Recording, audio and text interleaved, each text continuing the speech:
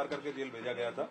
आज टोटल 8 अभियुक्तों को पुलिस के द्वारा गिरफ्तार किया गया है, जिसमें 2 अभियुक्त पुलिस मुठभेड़ के दौरान थाना सीबीगंज की टीम के द्वारा गिरफ्तार किए गए हैं। इसके अलावा 6 अन्य अभियुक्त हैं। इसमें थाना कोतवाली के द्वारा डॉक्टर नफीस खान पुत्र अब्दुल वहीद और फरमान खां पुत्र नफीस खान, ये 2 अभियुक्त गिरफ्तार किए गए हैं। और थाना बारादरी पुलिस के द्वारा शान, मोहम्मद नदीम, रिजवान, अमान हुसैन और ताजिम, ये लोग गिरफ्तार किए गए हैं। इस प्रकार से टोटल हम लोगों के 8 अभियुक्त हैं जो आज की डेट में गिरफ्तार होकर जेल जा रहे हैं। टोटल पुलिस के द्वारा अब तक 81 अभियुक्त इसमें गिरफ्तार किए जा चुके हैं।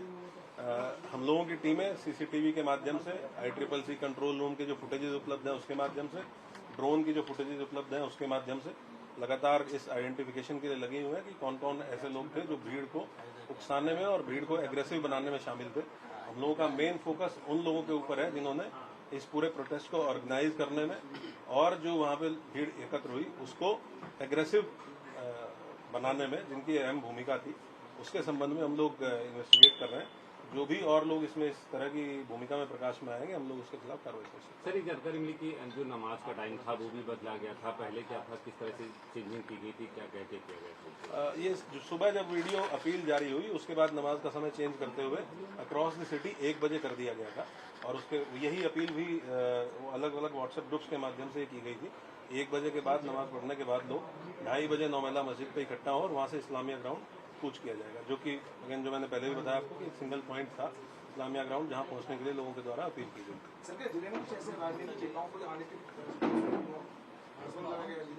धारा 144 धारा 163 BNSS जनपद में लागू है और उसका ये DM जिला मजिस्ट्रेट के द्वारा लागू की गई है, उसका पूर्णतः अनुपालन हम लोग सुनिश्चित करेंगे, तो उसी का अनुपालन किया जा रहा है। डॉक्टर नफीस ने सब पूछताछ में क्या बताया कि कब से प्लानिंग चल रही थी इस पूरे बवाल को करने की, कहाँ से लोग बुलाए गए थे? जो कोतवाली पुलिस के द्वारा गिरफ्तार किया गया है डॉक्टर नफीस और उनका पुत्र, इससे पूछताछ में ये बातें प्रकाश में आई हैं कि 19 तारीख को जब ये अपील जारी की गई लगभग 1 हफ्ता पहले, और उसके बाद लगातार संवाद स्थापित किया गया और बताया गया कि इस प्रकार का कोई भी कार्यक्रम लॉ एंड ऑर्डर के पॉइंट ऑफ व्यू से, क्योंकि त्योहारों का समय है और उसके साथ साथ पहले भी इस तरह के जब कार्यक्रम हुए हैं तो काफी समस्याएं पैदा हुई हैं, बहुत घटनाएं हुई हैं, तो इसको करना उचित नहीं रहेगा, इसलिए इसकी अनुमति नहीं दी गई।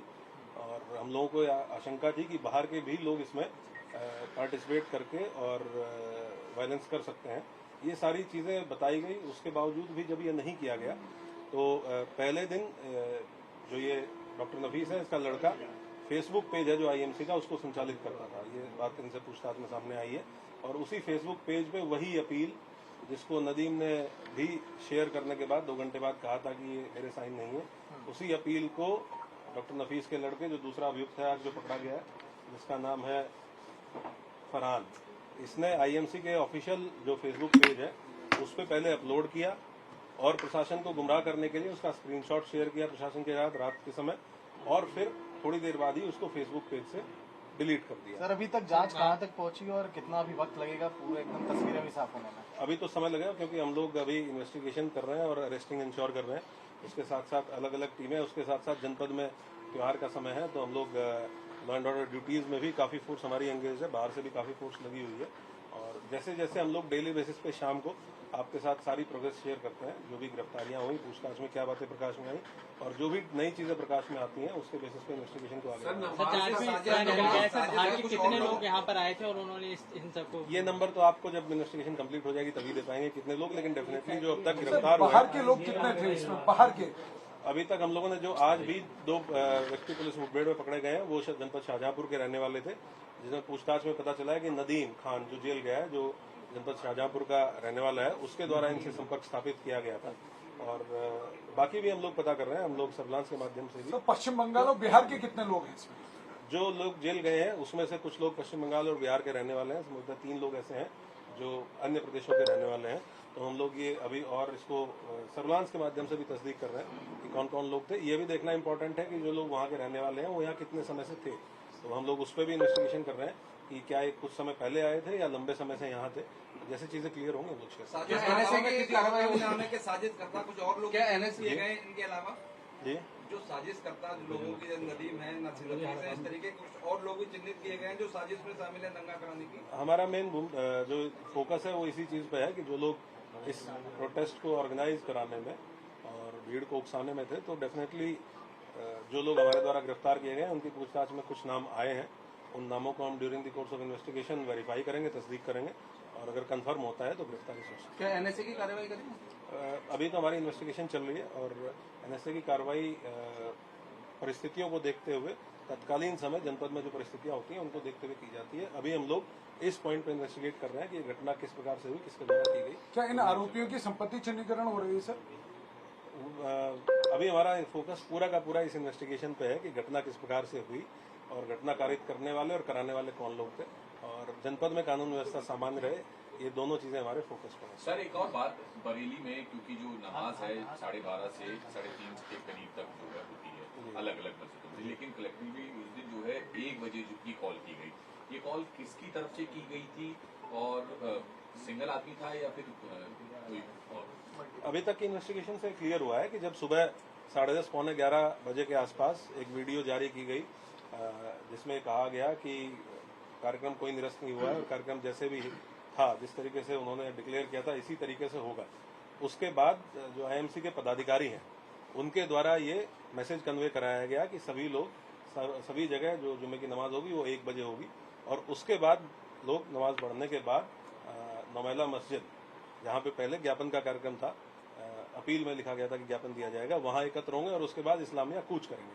तो ये उस वीडियो जारी होने के बाद सुबह 10:30 पौने 11 बजे से लेके और 1 बजे के बीच में इस मैसेज को कन्वे किया गया कि जो जुमे की नमाज होगी वो 1 बजे होगी, क्योंकि नॉर्मली यहाँ नमाज आपने सही कहा कि वो लगभग 12:30 से और पौने 4 बजे के आसपास तक होती है, लेकिन उसकी टाइमिंग चेंज किया जाना उन 2-3 घंटों में और 1 बजे डिक्लेयर किया जाना, उससे ये क्लियर है कि वो सोची समझी साजिश के तहत ऐसा किया गया ताकि मैक्सिमम भीड़ इस्लामिया ग्राउंड की तरफ पहुंच सके। सर तो अभी ने क्या बताया कि वहाँ पर अगर इस्लामिक ग्राउंड पहुंच जाती पूरी भीड़ तो क्या करने वाले थे?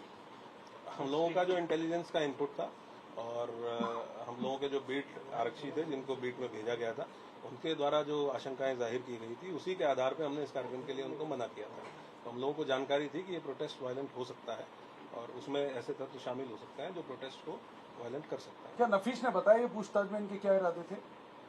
नहीं, ये तो ऑब्वियस सी बात है कि भाई उनको अगर इस्लामिया ग्राउंड पे एक भीड़ इकट्ठी करनी है और जब ये बता दिया गया है कि ये प्रोटेस्ट अलाउड नहीं है, कोई भी कार्यक्रम इस तरह का अलाउड नहीं है, तो वो और इस तरह की भीड़ जो ऑलरेडी जहां पुलिस उनको रोक रही है और वो पुलिस के अगेंस्ट एग्रेसिव और वायलेंट हो रहे हैं, तो जब वो सारी भीड़ एक साथ इकट्ठा होती तो कितना वायलेंट हो सकती है, क्या अंदाजा? सर नमाज का समय चेंज करने वाली जो बात थी, क्योंकि आईएमसी एक पॉलिटिकल पार्टी है और पॉलिटिकल पार्टी के कहने पे बहुत सारी मस्जिद हैं, उनके जो इमाम हैं या मौलवी हैं वो समय को चेंज करेंगे, तो क्या उनको पर्सनली मैसेज भी भेजा गया था या फिर किसी बुजुर्ग से या किसी प्रभावित व्यक्ति से, प्रभावित व्यक्ति से भी? अलग अलग लोगों के अलग अलग व्हाट्सएप ग्रुप्स बने होते हैं, आपको जानकारी है इससे। 26 सितंबर को बरेली में हिंसा होती है, लेकिन इसकी जो स्क्रिप्टिंग है, प्लानिंग है, वो बहुत पहले लिखी जाती है। 7 दिनों से इसकी प्लानिंग चल रही होती है, कई सारे लोग इसमें शामिल होते हैं। बरेली हिंसा के पीछे कई लोग बैठते हैं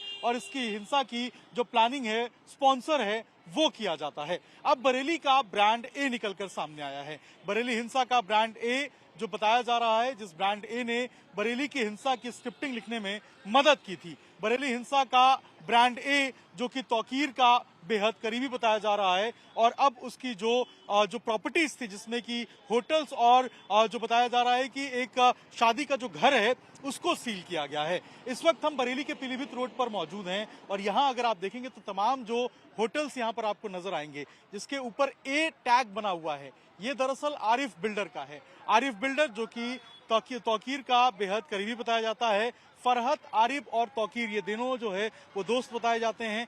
तौकीर जो है वो फरहत के घर पर फाइक इंक्लेव में रुका हुआ था जिस दिन ये हिंसा हुई और यहाँ अगर आप देखेंगे तो ये जो फार्म लॉन है ये आरिफ बिल्डर का बताया जा रहा है। इसके ऊपर अगर आप देखेंगे तो ए लोगो जो है वो यहाँ पर लिखा हुआ है, ए लोगो यानी कि आरिफ बिल्डर का। सामने एक और होटल है, होटल स्काईलार्क, आप देखेंगे यहाँ भी आपको ए लोगो नजर आएगा, ये भी आरिफ बिल्डर का है। इसके अलावा जो रोड के दूसरी तरफ की प्रॉपर्टी अगर आप देखेंगे तो यहाँ भी आपको ब्रांड ए नजर आएगा। आरिफ बिल्डर की जो प्रॉपर्टी है वो यहाँ भी आपको नजर आएगी। सामने जो आप देख रहे हैं यहाँ भी आपको ब्रांड ए नजर आएगा, ये भी आरिफ बिल्डर की प्रॉपर्टी है और पीछे भी अगर आप देखेंगे तो एक और प्रॉपर्टी जो है वो आपको यहाँ पर फ्लोरा गार्डन के ठीक पीछे जो है वो देखिए फ्लोरा गार्डन इसको सील किया गया है। यहाँ भी आपको ब्रांड ए नजर आएगा। ये भी आरिफ बिल्डर की जो प्रॉपर्टी है वो आपको नजर आएगी। पुलिस तमाम एस्पेक्ट से जांच कर रही है, अलग अलग पॉइंट से जांच कर रही है। आरिफ बिल्डर का हालांकि एफआईआर में अभी तक नाम नहीं है। रोल ये एस्टैब्लिश करने की कोशिश की जा रही है कि किस तरीके से जो मीटिंग्स हुई थी आईएमसी की, इत्यादि मिल्लत काउंसिल की, जो कि तौकीर की पार्टी है। बताया जा रहा है कि यहीं पे जो स्काईलार्क होटल है इसी में हुई थी और कुछ आरोपी भी यहाँ पर पहुंचे थे। ऐसे में आरिफ बिल्डर का क्या रोल है इसको स्टैब्लिश किया जा रहा है। फिलहाल जो ये तीनों होटल्स है, जो स्काईलार्क होटल है, इसके अलावा जो फार्म लॉन है और पीछे जो फ्लोरा गार्डन है, इन तीनों को बीडीए ने यानी कि बरेली डेवलपमेंट अथॉरिटी ने सील कर दिया है। और ये पता चला है कि जो तय मापदंड है उस पर ये होटल खड़ा नहीं उतरता है, नक्शा के बराबर जो है उसको ये नहीं बनाया गया था और यही कारण है कि इसके ऊपर कार्रवाई हुई है। अब धीरे धीरे करके तमाम वो लोग जो कि तौकीर के करीबी थे या हिंसा में जिनका डायरेक्ट या इनडायरेक्ट इन्वॉल्वमेंट था, उन सबों पे जो कार्रवाई है वो देखी जा रही है। 26 सितंबर को बरेली में हिंसा हुई, इसकी प्लानिंग बहुत पहले से की जा रही थी। तौकीर रजा हिंसा वाले दिन जहां पर छिपे हुए थे, इस वक्त हम उसी घर के पास मौजूद हैं। फरत नाम के एक व्यक्ति हैं, उनके घर पर तौकीर रजा जो है वो रात में ही पहुंच गए थे, यानी कि 25 तारीख की रात में ही यहाँ पर जो तौकीर है वो पहुंच गए थे। ये फाइक इंक्लेव है बरेली का और यहीं इसी घर में जो फरत का मकान है इसी के अंदर तौकीर रजा रुके हुए थे। पुलिस को इसकी जानकारी मिलती है। पुलिस की टीम, डीएम, एसपी दोनों पुलिस बल के साथ यहाँ पर पहुंचते हैं। यहाँ पर तौकीर रजा से बात की जाती है, जो कार्यक्रम है उसको रद्द करने के लिए कहा जाता है, लेकिन तौकीर रजा की तरफ से जो एक वीडियो है वो वीडियो मैसेज जाता है जिसमें कहा जाता है कि कार्यक्रम रद्द नहीं होगा और लोग बड़ी संख्या में बाहर निकलकर वहां पर पहुंचे। उसके बाद से ही जो भीड़ है वो बढ़ जाती है, भीड़ काफी ज्यादा बाहर आती है। कार्रवाई जो है वो इस पूरे मामले में अब देखने को मिल रही है। लगातार लोगों की जो गिरफ्तारियां हैं वो हो रही हैं। इसके अलावा जो बुलडोजर एक्शन है वो करीबी लोगों के जो ठिकाने हैं जो अवैध रूप से चल रहे थे वहां भी हो रहा है। इस घर के ऊपर भी जो बीडीए की टीम है वो आई थी, जो पुलिस प्रशासन की टीम है वो पहुंच रही है, जांच कर रही है, देख रही है और कार्रवाई जो है वो होने की उम्मीद और कयास लगाए जा रहे हैं। फरहत जो है वो तौकीर रजा के बेहद करीबी बताए जाते हैं और लगातार जो संपर्क है वो फरहत का तौकीर रजा से उस दिन भी था जिस दिन ये पूरी घटना हुई और यहीं पे तौकीर रजा को बिठाया गया था और यहीं से तौकीर की गिरफ्तारी भी हुई थी। अब लगातार जो जांच है वो की जा रही है। तमाम वो लोग जो कि इस हिंसा में शामिल थे या फिर इस हिंसा को सपोर्ट या स्पॉन्सर कर रहे थे, उनके खिलाफ भी जो लगातार कार्रवाई है वो देखने को मिल रही है।